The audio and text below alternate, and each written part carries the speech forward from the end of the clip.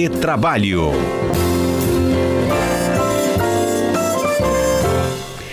Cássio Moro, Alberto Nemer, bom dia. Bom dia, Patrícia. Bom dia, meu querido amigo Cássio Moro. E bom dia aos ouvintes da CBN Vitória. Bom dia, Alberto Nemer, que está num lugar muito ruim. Saudações rubro-negras. Bom dia, Patrícia. Tudo bem com vocês?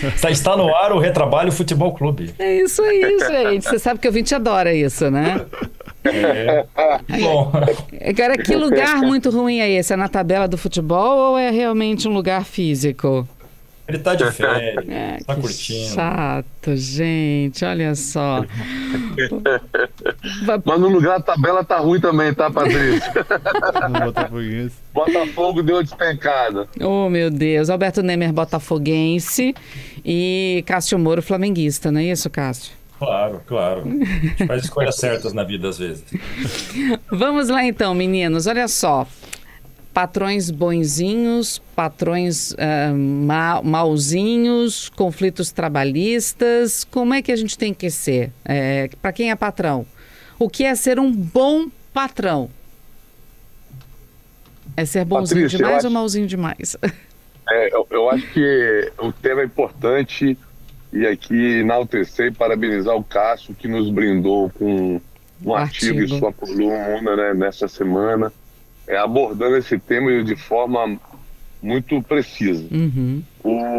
A nossa legislação, né, isso é uma crítica que eu faço, a nossa legislação não permite que o patrão seja, vamos assim, bonzinho, mas também exige, como disse o Cássio, que ele seja bonzinho. E vamos explicar isso aqui, Cássio. Eu gostei muito da sua analogia, então eu não quero me apropriar das suas palavras, mas eu entendo e eu só queria falar rapidamente o seguinte: o patrão às vezes, Patrícia, quer ajudar o seu empregado, quer dar algo a mais do salário, e quando faz isso de forma sem uma consulta prévia, sem uma consulta preventiva, isso pode trazer um problema muito sério, especialmente um problema financeiro, não é isso, Cássio? Uhum. É isso aí. É uma situação muito, muito delicada, porque a gente tem uma legislação bastante complexa, bastante difícil, às vezes até muito rígida.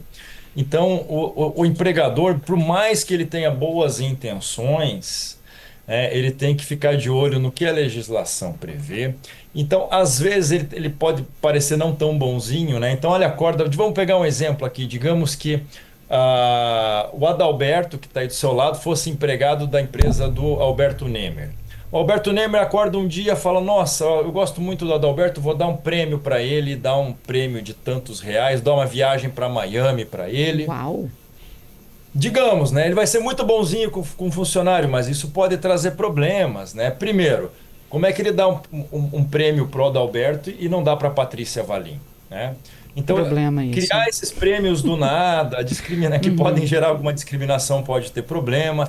Esse prêmio pode ser considerado salário, então se ele estava com vontade de pagar tanto de prêmio, ele vai ter que pagar talvez mais com FGTS, no 13º.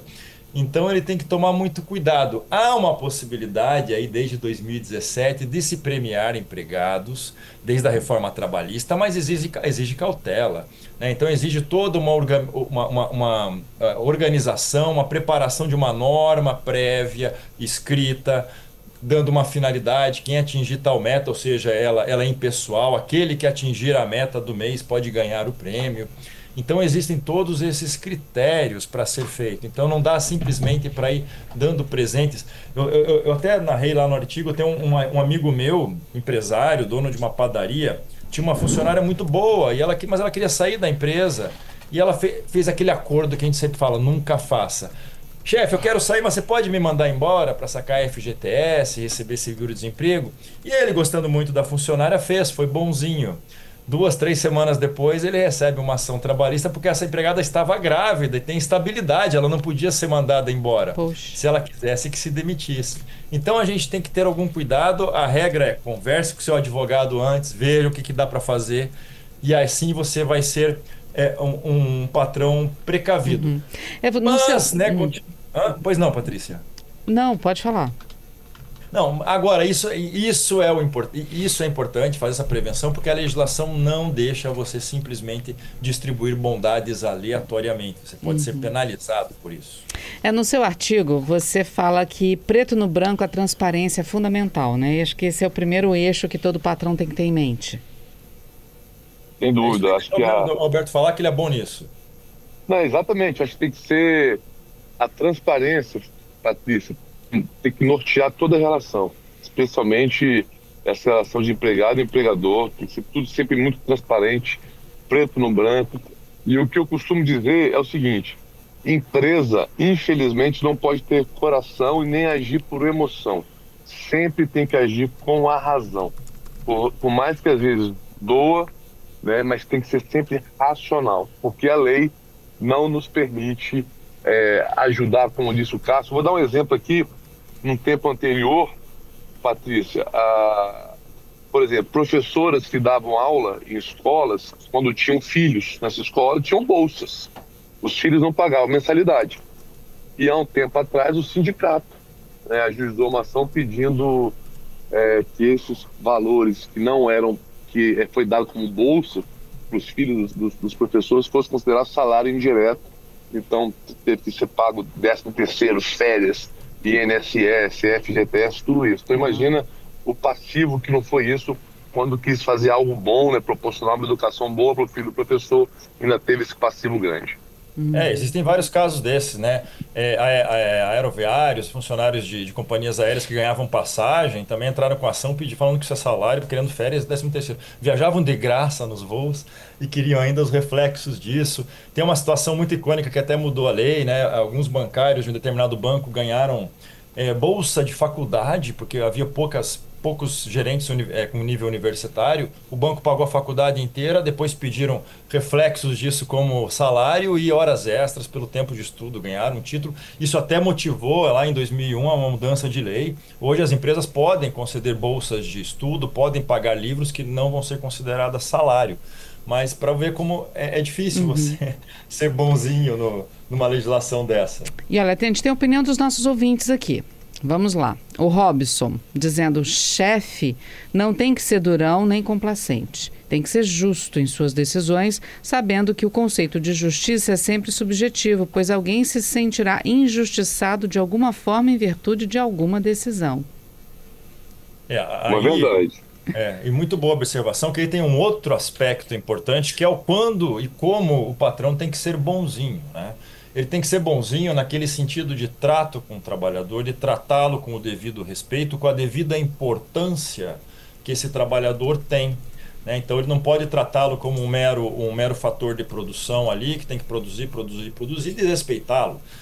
Até porque grande parte das demandas, inclusive grande parte dos trabalhadores, procura advogado quando saem da empresa por alguma mágoa pessoal de trato. Então tem que tratar com respeito, independentemente do cargo, culpa, da posição hierárquica que esse trabalhador tem, ele tem que ser tratado com todo o respeito que ele merece. Isso é fundamental. E a gente perguntou também aqui, até o Daniel Marçal conosco levantou essa questão.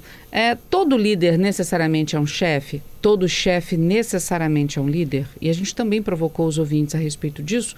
O Jô Carli está aqui dizendo: olha, nem todo líder é chefe, mas todo chefe lidera. Líder tem poder de agregar, chefe tem o poder de fazer ou mandar fazer. E aí?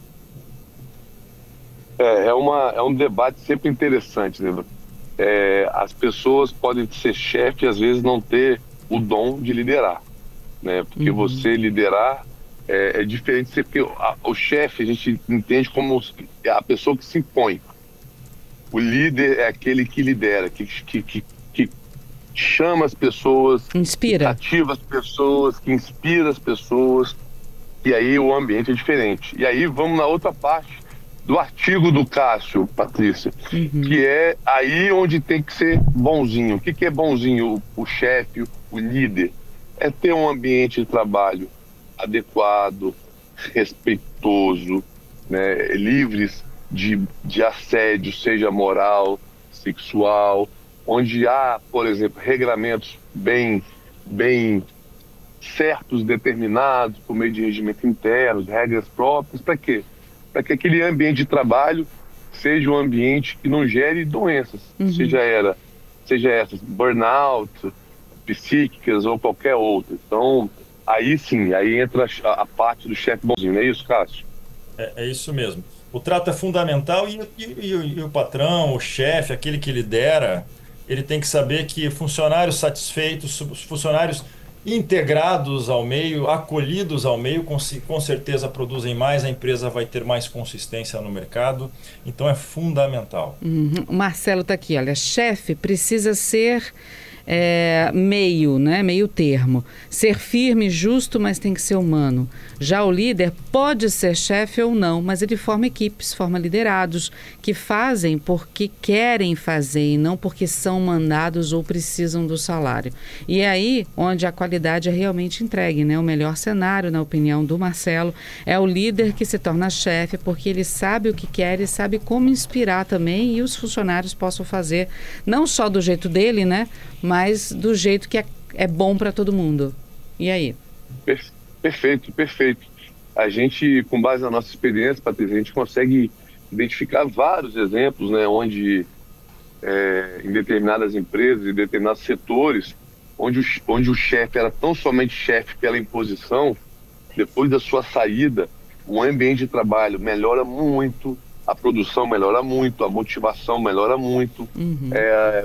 A gente tem experiência onde determinado setor, onde o chefe que era um chefe de imposição, que não mantinha um trabalho de ambiente saudável, agradável, não parava nenhuma pessoa nesse setor. E a empresa começou a enxergar, por exemplo, que devia ter outro problema. Entendi. E era uma pessoa antiga de casa, né? Mas aí, quando fez essa observação, melhorou muito. Fica comigo, Alberto, Cássio, a gente só vai para o Repórter CBN e volta com mais 2 observações de ouvintes aqui, a respeito do artigo do Cássio. De volta com o nosso retrabalho, eu tenho aqui os nossos ouvintes participando, inclusive 2 deles que leram o artigo do Cássio, o artigo que saiu na terça-feira, dia 28, gente, lá em agazeta.com.br. Cássio, o Renan está dizendo o seguinte, achei curioso você falar que parece contradição, mas não é. O segundo ponto, não seja bonzinho, e o terceiro eixo que você citou foi seja bonzinho. Achei engraçado você dizer que parece contradição, mas não é. Não é, porque uma hora você age como uma pessoa que não é bonzinha, porque você não dá. Você tem 2 tipos de bonzinho. Você tem aquele bonzinho que dá... É meio que nem aquele pai que tem problema com o filho. Aquele bonzinho que não consegue ter um carisma com o filho, não trata bem, mas dá presentes, que é esse que eu falo para não ser esse tipo de bonzinho, e tem aquele que trata bem, mas não consegue dar presentes, né? Então parece contraditório, seja bonzinho ou não seja bonzinho, mas são 2 bonzinhos diferentes. Um nem tanto, que é aquele que dá presentes e toma e não dá certo a coisa, ou aquele que efetivamente trata bem o seu trabalhador.